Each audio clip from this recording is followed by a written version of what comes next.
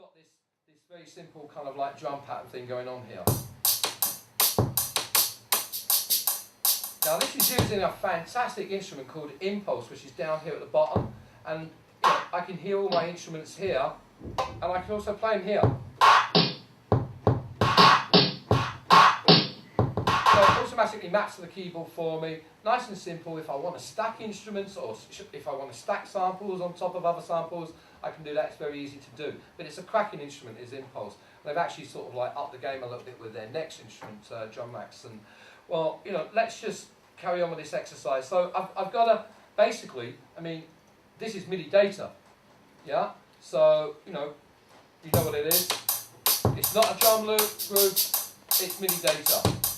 So I'm going to set up another track here. So I'm going to insert MIDI track, and this time I'm going to just sort of name this track bass here, so I know what's going on.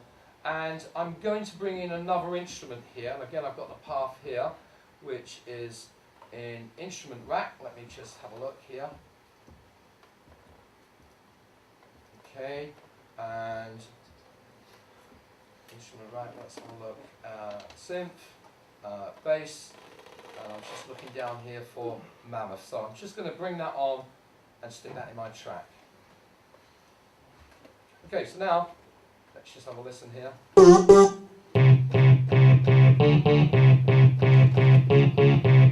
That'll do for me. Okay, so what I'm going to attempt to do here is I'm going to kind of like get that drum track to trigger what's going on that bass. And the way to do that is I'm just going to take a MIDI from the drum track. Okay, so now I have.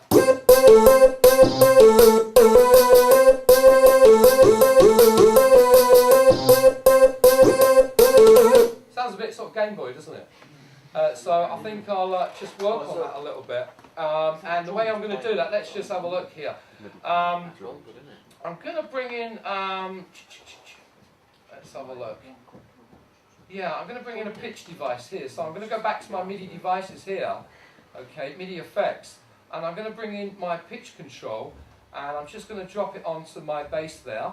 And you can see that down here, I've now got a pitch control. And I'm going to actually use that to kind of like filter out the notes that I don't want from that drum track. Alright, so I'm just going to make a few setting changes here. So, you know, I only want to use a range of notes, guys. That's what I'm trying to get at from that drum track. So let me just bring that down to about C3 if I can get it to C3. It's filtered out all those other notes. Okay, so I've lost all that. But it doesn't sound much like a bass at the moment, so let's just take it down.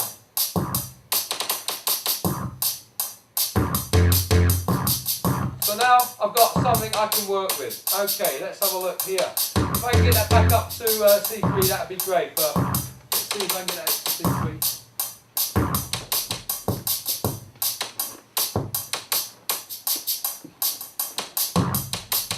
So just bring that up to C3 again. There we go, I've got it. Yes, brilliant. Right, so I'm going to set the range on that, 5 semitones. Okay, good. Now I've got something I can work with. I'm going to create another track. Okay. This time I'm going to use what I've got from the bass. So last time I'm using what I've got from the drums to generate my bass line. I'm now going to set up some kind of like, cool thing going on there as well. So let's just navigate to an instrument I can use. I'll leave that running. I've got the directory here. So I'm going to look at using simpler. Let's have a look here. Harmonic.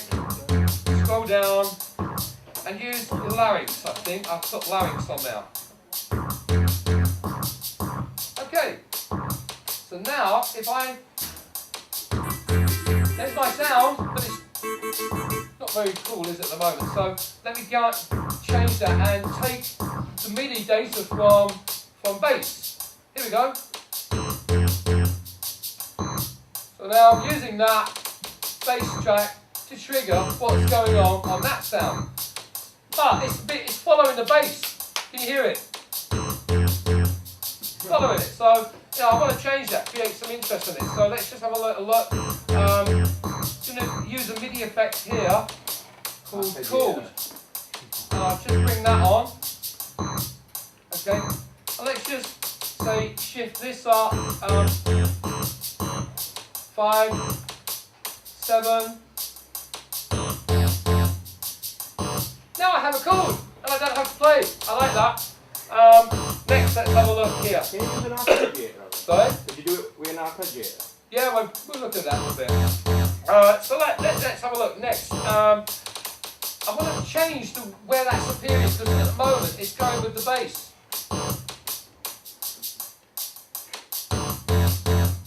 Right, I got me there. Okay, so I'm going to bring in note length in as well on that. These are just MIDI effects. Okay, let's change the length to about 75.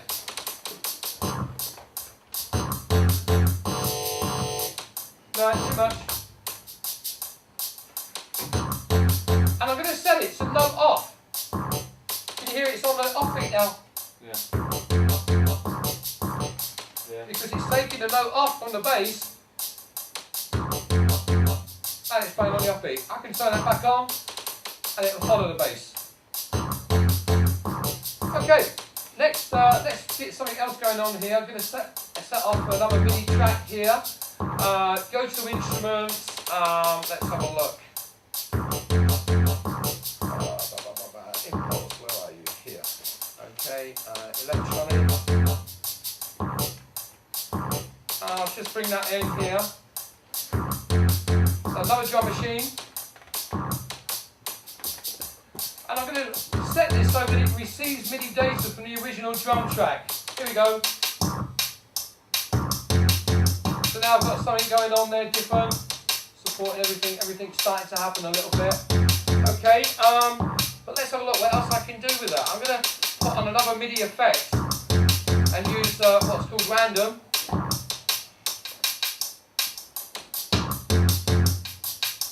Can you hear the changes to that? Setting that to chance now. Set the chance to about 50%. Also, perhaps change the scale here.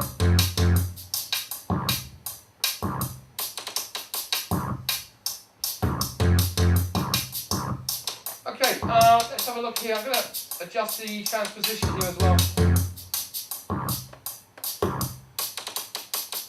Can you hear that now? That's what I've got going on in that impulse track, because I've just changed the transposition here. A bit drastic perhaps, we'll take it to 24. So we're getting somewhere now. So I think what I'll do is I'll bring in that drum track here, just kind of like beef everything up. Let's turn it up a bit. Okay.